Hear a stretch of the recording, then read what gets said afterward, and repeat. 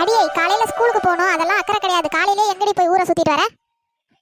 ஏம்மா உனக்கு அறிவு இருக்கா இல்லையா? இன்னைக்கு சனிக்கிழமைமா, ஸ்கூல் லீவுமா. இது கூட உனக்கு தெரியாதா? சனிக்கிழமையா? பாரு, அது கூட எனக்கு மறந்து போச்சு. ஐயோ கடவுளே. சரி சரி, லீவுனா மட்டும் சீக்கிரம் எந்திரிங்க. ஸ்கூலுக்கு போறப்ப மட்டும் எந்திரிக்கவே எந்திரிக்காதீங்க, என்ன கத்த வச்சுனே இருங்க. சரி, இப்போ எங்க போயிட்டு வர காலையிலேயே? என் ஃப்ரெண்டு வீடு பக்கத்து வீடு தான்மா, அவங்க வீட்டுக்கு தான் போயிட்டு வரேன். ஏண்டி காலையிலே எதுக்குடி அவங்க வீட்டுக்கு போற? விளையாடுறதுக்கு போனா கூட ஒரு 10 மணிக்கு போலாம். மணி 7:30 மணிக்கு அவங்க வீட்டுல என்னடி உனக்கு வேலை? எதுக்கு அங்க போன?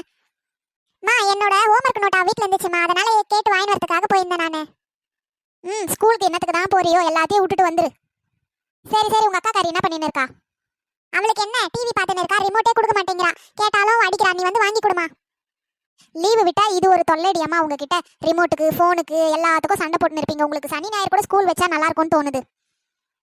காலையில என்னடி வெளியே நின்று இருக்க? எதுவும் டிஃபன் செய்யலையா? டீயும் இன்னும் போடல, காலையிலே வந்து வெளியே நின்னுக்கிற.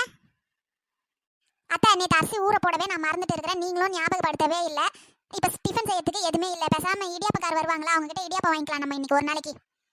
ஆமாடி, எனக்கும் ஞாபகமே இல்லை, சொல்லணும்னு நினைச்சா மறந்துட்டேன். சரி, இன்னைக்கு இடியாப்பமே வாங்கு. ஏ இடியாப்பம், ஜாலி ஜாலி. இடியாப்பம் இடியாப்பம் இடியாப்பம்.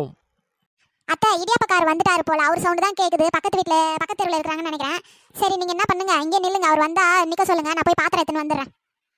சரி சரி போமா, நான் அவர் வந்தா நிக்க வைக்கிறேன். நீ போய் பாத்திரம் எடுத்துன்னு வா.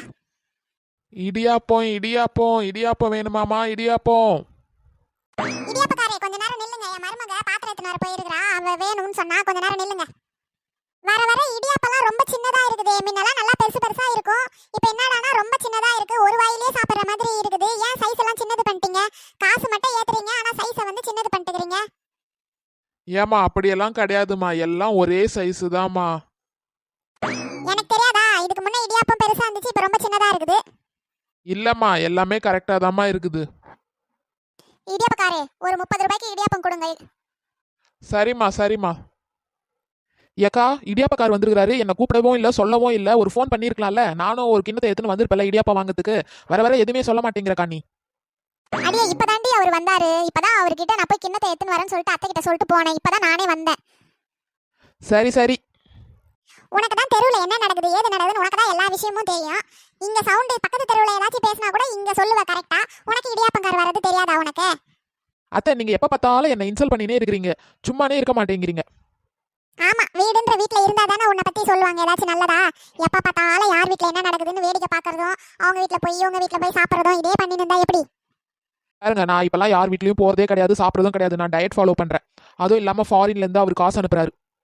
அந்த ஃபாரின் மாப்பிளைய நானும் பார்க்கணும் தாண்டி நினைக்கிறேன். எப்ப பார்த்தாலும் ஃபாரின்னு சொல்லி இருக்கிறேன். வருவாரு ஃபாரின்ல இருந்து, அப்ப பாருங்க. இப்ப நவுருங்க, நான் போய் இடியாப்பம் வாங்கணும். இடியாப்பக்காரே, ஒரு இடியாப்பம் கொடுங்க. நான் டேஸ்ட் பார்த்துட்டு தான் வாங்குவேன். ஏண்டி, இடியாப்பத்துல என்னடி டேஸ்ட் இருக்க போகுது? அது ஒண்ணுமே இருக்காதேடி. ஏக்கா, உனக்கு தெரிஞ்சது அவ்வளவுதான். இடியாப்பத்துல உப்பு கரெக்டா இருக்கான்னு பார்க்கணும், நல்லா வெந்திருக்கான்னு பார்க்கணும், நல்ல மாவா என்ன எதுன்னு பார்க்கணும்ல. இதெல்லாம் பார்த்துட்டு தான் வாங்கணும். சரிம்மா, நீ பார்த்துட்டே வாங்கு. இடியாப்பக்காரே, ஒன்று கொடுங்க. நான் சாப்பிட்டு பார்த்துட்டு சொல்றேன் நல்லா இருக்கா எப்படி இருக்குன்னு சொல்லிட்டு. அப்பதான் என்னோட கல்யாணத்துக்கு உங்ககிட்ட நான் ஆர்டர் கொடுப்பேன். ஆமா இடியாப்பக்காரே, நீங்க டேஸ்ட்டுக்கு கொடுத்தீங்கன்னா என்னோட வீட்டுக்காரு ஃபாரின்ல இருக்காரு. அவருக்கும் எனக்கும் அடுத்த மாசம் கல்யாணம். உங்ககிட்டயே நான் இடியாப்பம் ஆர்டர் கொடுப்பேன் நல்லா இருந்துச்சுன்னா. சரி, டேஸ்ட் பார்க்க கொடுங்க ஃபர்ஸ்ட். எனக்கு ஒரு இடியாப்பம் கொடுங்க. நானும் நல்லா இருந்துச்சுன்னா டெய்லி உங்ககிட்டயே ரெகுலரா வாங்கிப்பேன்ல. என் பசங்களுக்கு ஸ்கூலுக்கு காலையில டிஃபன் செய்யறதுக்கு லேட் ஆயிடுது, டெய்லி லேட்டா போறாங்க. அதனால நானும் உங்ககிட்டயே வாங்கிப்பேன். எனக்கும் ஒன்று கொடுங்க, நான் சாப்பிட்டு பார்த்துட்டு எப்படி இருக்குன்னு சொல்றேன். அதுக்கு என்னம்மா, 2 பேருக்குமே தரேன். சாப்பிட்டு பார்த்துட்டே வாங்கிக்கோங்க. இன்னைக்கு இந்த கடையை காலி பண்ணாம விட மாட்டாளுங்க போல இவளுங்க. இந்த இடியாப்பக்காருக்கு இது தெரியாது, என்னமோ பண்ணட்டும். இடியாப்பக்காரே, உப்பு கம்மியா இருக்கு, இன்னொன்னு கொடுங்க. கம்மியா இருக்காது, எல்லாமே ஒரே மாதிரி தானம்மா இருக்கும். நான் என்ன பொய்யா சொல்றேன்? நீங்களே வேணா சாப்பிட்டு பாருங்க. சரி, இந்தாம்மா இன்னொன்னு சாப்பிட்டு பாரு. எனக்கும் உப்பு கம்மியா இருக்கிற மாதிரி தான் இருக்கு. இன்னொன்னு கொடுங்க பார்க்கலாம். இதுல எப்படிமா இருக்கு உப்பு?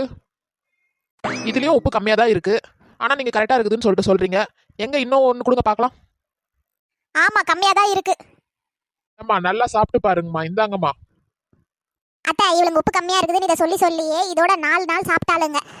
இந்த இடியாப்பக்காரு என்னமோ இவளுங்க பெரிய ஆர்டர் கொடுக்க போறேன்னு சொன்னனால இவரும் நம்பி குத்துன்னு இருக்காரு. எப்படியோ போட்டோம் விடு. இன்னைக்கு அடி வாங்க போறாளுங்க, அது மட்டும் தெரிஞ்சு போச்சு. சரி இடியாப்பக்காரே, எனக்கு வயிறு ஃபுல்லாயிடுச்சு.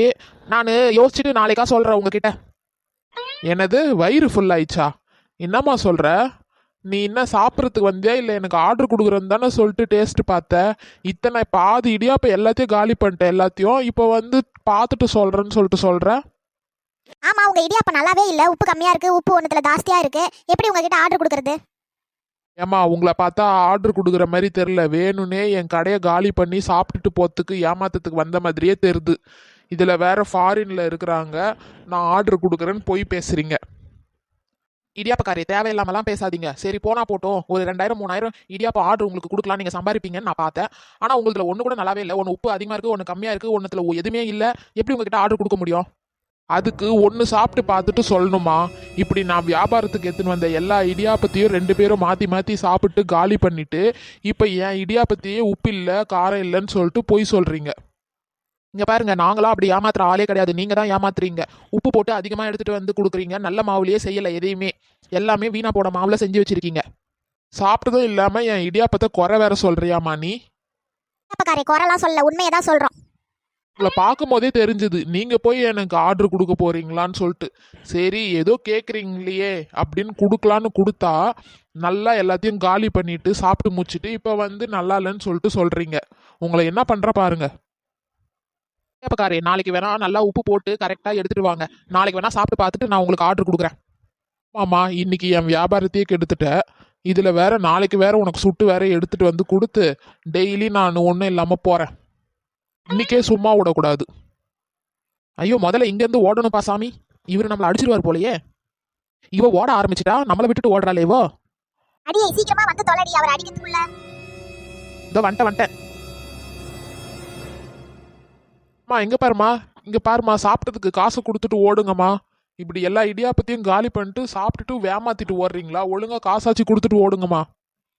காசு இல்லை ஒன்றும் இல்லை, போயா.